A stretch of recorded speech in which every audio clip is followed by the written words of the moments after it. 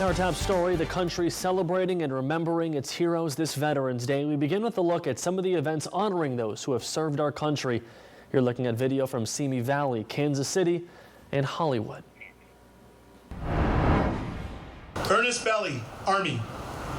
Craig Bianchi, Air Force. In Soledad, we're told this is a new way they're honoring veterans, a project in the works for months. Banners showing the faces of 85 local veterans in downtown along Front Street.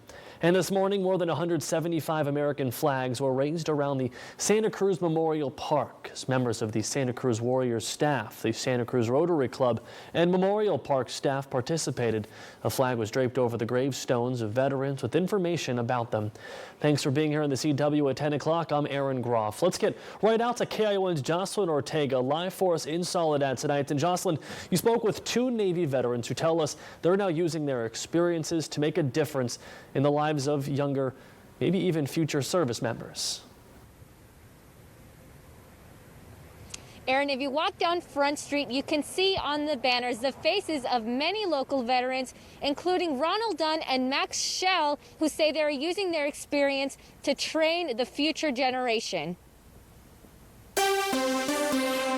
For veterans Ronald Dunn and Max SCHELL, who both served over 2 decades in the Navy, Veterans Day is about more than just thanking people for their service. It's a day to reflect on the call to service for their country and for the freedoms everyone gets to enjoy. To know that we were doing critical missions and jobs that affected the country was kind of exciting. But civilians are out here enjoying their freedom. I guess it just means I was part of that, just a little part. SCHELL and Dunn say their time in the service was unforgettable and that they made lifelong friends. One of the good things about submarines, it's a small crew. You get to know everybody really well and you work very close. It's like a big family. Ronald Dunn says the hardest part is thinking back at the friends he made and lost during his time in the service. And on this day, he tells us he was grateful to have his family celebrate at his side.